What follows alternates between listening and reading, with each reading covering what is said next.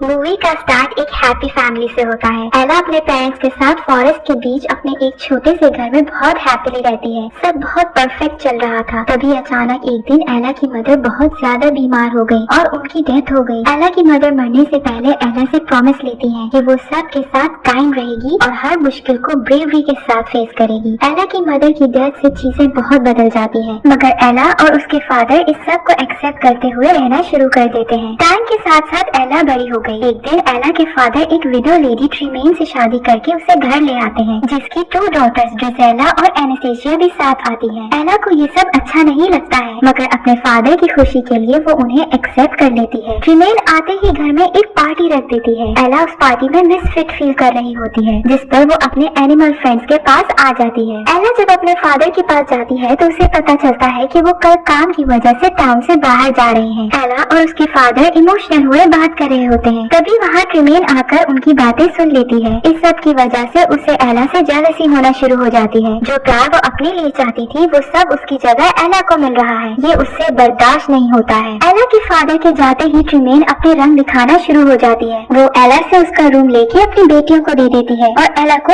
Attic में रहने को कहती है। एला वहाँ अपने एनिमल फ्रेंड्स के साथ रहना शुरू हो जाती है। वो वहाँ भी दिल लगा लेती है, बल्कि खुशी फील करती है कि उसे स्टेप सिस्टर्स या स्टेप मदर्स को बार बार फेस नहीं करना पड़ेगा। लेकिन वो बिल्कुल गलत थी। ट्रीमेन और उसकी बेटियों ने एला को तंग करना शुरू कर दिया। मीठी बनते हुए वो लोग उससे नौकरों वाले काम करवाना शुरू हो गए। उससे बुरा ये होता है कि एक दिन एला के फादर का सर्वेंट अकेले वापस आता है, जो आके एला को बताता है कि उसके फादर रास्ते में बीमार हो गए और उनकी डेथ हो गई। ये सुन के तो जैसे एला पे कयामत ही टूट जाती है। उसके पाँव के नीचे से जमीन निकल जाती है। 1 मिनट में ही जैसे उसकी सारी दुनिया रुक गई हो। एक तरफ अपने फादर की डेथ का दुख, तो दूसरी तरफ ये डर कि उसे अब अकेले इस घर में स्टेप मदर के साथ सरवाइव करना है। ट्रीमेन पैसे बचाने के लिए सब सर्वेंट्स को निकाल देती है और सारे घर की जिम्मेदारी एला पे बांट देती है। कपड़े धोने से सफाई या खाना पकाना सब एला से करवाया जाता है। दिन के एंड पे टेबल पे बचा हुआ खाना एला के हिस्से में आता है, जो वो अपने माउस फ्रेंड्स के साथ शेयर करती है। रात सोने के लिए इतनी स्टेज चढ़ के एटिक में जाना बहुत मुश्किल लगता है। साथ ही वहाँ ठंड भी होने की वजह से एला किचन में ही जमीन पर आग के सामने सोना शुरू हो जाती है। सुबह एला के फेस पे फायर प्लेस के पास सोने की वजह से सिंडर्स लग जाते हैं, जिस पर उसकी स्टेप फैमिली उसे सिंड्रेला कहना शुरू हो जाती है। इस सब से तंग आकर एक दिन गुस्से में एला हॉर्स राइड करते हुए तेजी से वुड्स में चली जाती है, जहाँ उसे एक स्टेज देखने को मिलता है, जिसे प्रिंस और उसके सर्वेंट हंट करने आते हैं। ये देख एला उसे भागने का कहती है और उसका अपना हॉर्स भी कंट्रोल से बाहर होकर तेजी से भागने लग जाता है। ये देख प्रिंस उसकी हेल्प करने आता है, जहाँ वो खुद को किट बताते हुए कहता है कि वो पैलेस में एक सर्वेंट है। एला और प्रिंस एक दूसरे को पसंद करना शुरू हो जाते हैं, मगर एला उसे अपना नाम बताए बगैर ही वहाँ से चली जाती है। पैलेस पहुँचने पर प्रिंस को पता चलता है कि किंग की तबीयत बहुत खराब है। किंग प्रिंस से कहता है कि उसे रॉयल बॉल पे अपने लिए ब्राइड सिलेक्ट करनी होगी, ताकि किंग सारी जिम्मेदारियाँ उस पे डाल के फ्री हो जाए। इस पर प्रिंस कहता है कि उन्हें बॉल पे सब सिटीजन्स को बुलाना चाहिए, मेडन्स को भी, इस उम्मीद के साथ कि शायद वो एला से दोबारा मिल सके। किंग मान जाता है और सब सिटीजन, अमीर हो या गरीब, सबको बॉल पे इन्वाइट किया जाता है। एला मार्केट में ये न्यूज सुन लेती है। वो फौरन जाके ट्रीमेन को ये न्यूज देती है, इस उम्मीद के साथ कि शायद वो भी बॉल पे जा सके और किट से दोबारा मिले। मगर ट्रीमेन एला को इग्नोर करते हुए बस अपनी बेटियों के साथ बॉल की तैयारियां शुरू कर देती है, ये सोचते हुए कि अगर उसकी एक भी बेटी प्रिंस को पसंद आ गई और प्रिंसेस बन गई तो उनकी जिंदगी बन जाएगी। सीन्स प्रिंस पे शिफ्ट होते हैं, जो एला के ख्यालों में इतना गुम हो चुका है कि किसी भी चीज पे ध्यान ही नहीं दे पा रहा होता। मगर उसे ये भी डर होता है कि उसके किंग एला को एक्सेप्ट करेंगे कि नहीं, क्योंकि वो तो बस ये चाहते हैं कि प्रिंस अपने लिए किसी प्रिंसेस को ही सिलेक्ट करे। एला की स्टेप मदर तो उसे बॉल के लिए कोई ड्रेस नहीं लेके देती है, लेकिन वो किट से मिलने के लिए इतनी एक्साइटेड होती है कि एटिक में माइस के साथ मिलकर खुद ही अपने लिए ड्रेस तैयार करने लग जाती है। फाइनली वो नाइट आ जाती है। ट्रीमेन अपनी डॉटर्स के साथ बॉल पे जाने के लिए रेडी खड़ी होती है। तभी बेला अपनी मदर का ड्रेस पहन के बॉल पे जाने के लिए आ जाती है, मगर ट्रीमेन और उसकी बेटियां एला को इतना इंसल्ट करती हैं, यहाँ तक कि वो उसका ड्रेस तक फाड़ देती हैं, ताकि कुछ भी हो जाए एला बॉल पे ना जा सके। जिसके बाद वो सब बॉल के लिए निकल जाते हैं और एला बस डिसहार्ट हुए उन्हें जाते देखती रह जाती है। उनके जाते ही एला पॉन्ड के पास बैठ के जोर जोर से रोना शुरू हो जाती है। एला भागते हुए पीछे गार्डन में जाती है, जहाँ वो एक ओल्ड लेडी से मिलती है जिसे वो मिलकर बोल देती है। वो ओल्ड लेडी एक ब्यूटीफुल औरत में ट्रांसफॉर्म होकर एला को यकीन दिलाती है कि वो उसकी फेरी गॉड मदर है। फेरी गॉड मदर अपने मैजिक से पंपकिन को कैरेज, माइस को हॉर्सेस, लिजर्ड्स को फुटमैन और गूस को काउचमैन में चेंज कर देती है ताकि पैलेस जाने के लिए एला के पास एक राइड हो। जिसके बाद वो एला की ड्रेस को ट्रांसफॉर्म करती है जो कि एक बहुत ही मैजिकल मोमेंट होता है। एला जब जाने के लिए कैरेज में पाँव रखती है तो वो उसके शूज देख के हैरान रह जाती है जिन्हें वो ग्लास के शूज में बदल देती है। अब एक मसला और बाकी रहता है जो कि एला की स्टेप फैमिली है। इस मसले के लिए फेरी गॉड मदर एला पे स्पेल करती है जिसकी वजह से वो सब एला को पहचान नहीं पाएंगे। लास्ट में वो एला को बताती है कि मैजिक सिर्फ मिडनाइट तक रहेगा, उसके बाद एला वापस अपनी पुरानी हालत में आ जाएगी, जिसका मतलब है कि एला को 12 बजे से पहले वहाँ से निकलना होगा। फिर एला फौरन पैलेस के लिए निकल जाती है।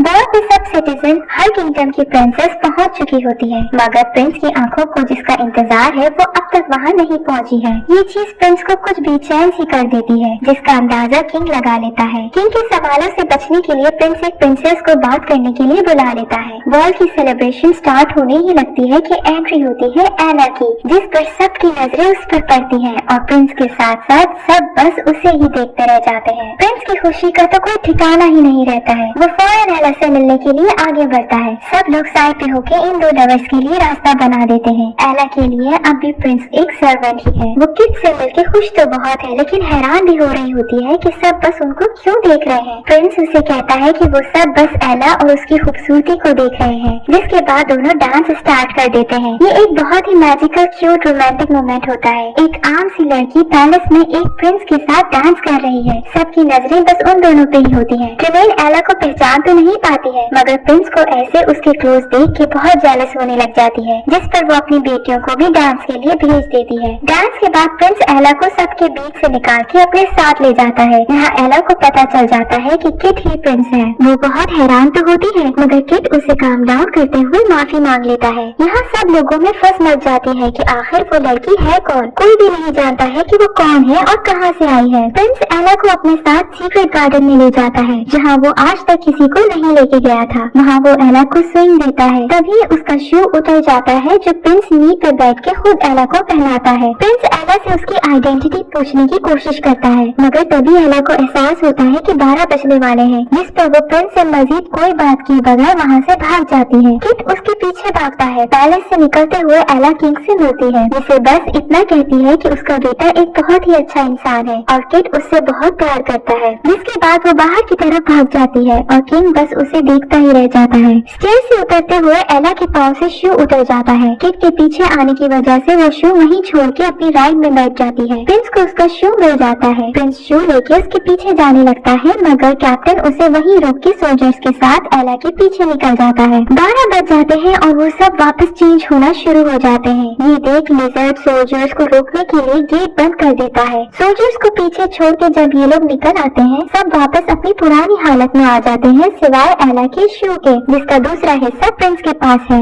एला चलते हुए वापस घर की तरफ आती है। रास्ते में बारिश भी शुरू हो जाती है। अचानक पीछे अपनी स्टेप फैमिली की राइड आते देख एला फौरन घर के अंदर जाके शू छुपा देती है। रात एला इस सब के लिए इतनी एक्साइटेड नजर आती है कि फौरन फ्री होके इस सब के बारे में अपनी डायरी में लिखती है। सीन्स पैलेस में शिफ्ट होते हैं जहाँ किंग की तबीयत बहुत खराब हो जाती है। वो अपने आखिरी टाइम में अपने बेटे के लिए वो सब करना चाहता है जो कोई भी अच्छा फादर करेगा। इसलिए किंग अपनी पसंद प्रिंस पे इम्पोज करने के बजाय उसे अपनी पसंद से शादी करने की परमिशन दे देता है। किंग प्रिंस से कहता है कि वो जितनी जल्दी हो सके उस लड़की को ढूंढ ले। ये कहते ही किंग की डेथ हो जाती है। किट न्यू किंग बन के लोगों में ये खबर फैला देता है कि वो लड़की आकर प्रिंस को दूसरा शू दिखाए और अगर उसकी विश हुई तो किंग उससे शादी भी कर लेगा। ये सुन के एला खुशी खुशी घर की तरफ जाती है और एटेक में जाके शू ढूंढने लग जाती है। तभी उस पर रिवील होता है कि ट्रेमेन ने वहाँ उससे पहले पहुँच के शू ले लिया है। ट्रेमेन एला को कहती है कि वो सिर्फ तभी एला को किट से शादी करने देगी अगर एला उन सबको अपने साथ पैलेस ले जाए और अपनी स्टेप सिस्टर्स की शादी किसी रिस्पेक्टेबल आदमी से करवाएगी। एला के मना करने पर ट्रेमेन शू लिए एला को एटिक में लॉक करके चली जाती है। ट्रेमेन शू का टूटा हुआ पार्ट ग्रैंड ड्यूक के पास लाती है जो उसकी बेटियों की शादी करवाने के लिए तैयार हो जाता है,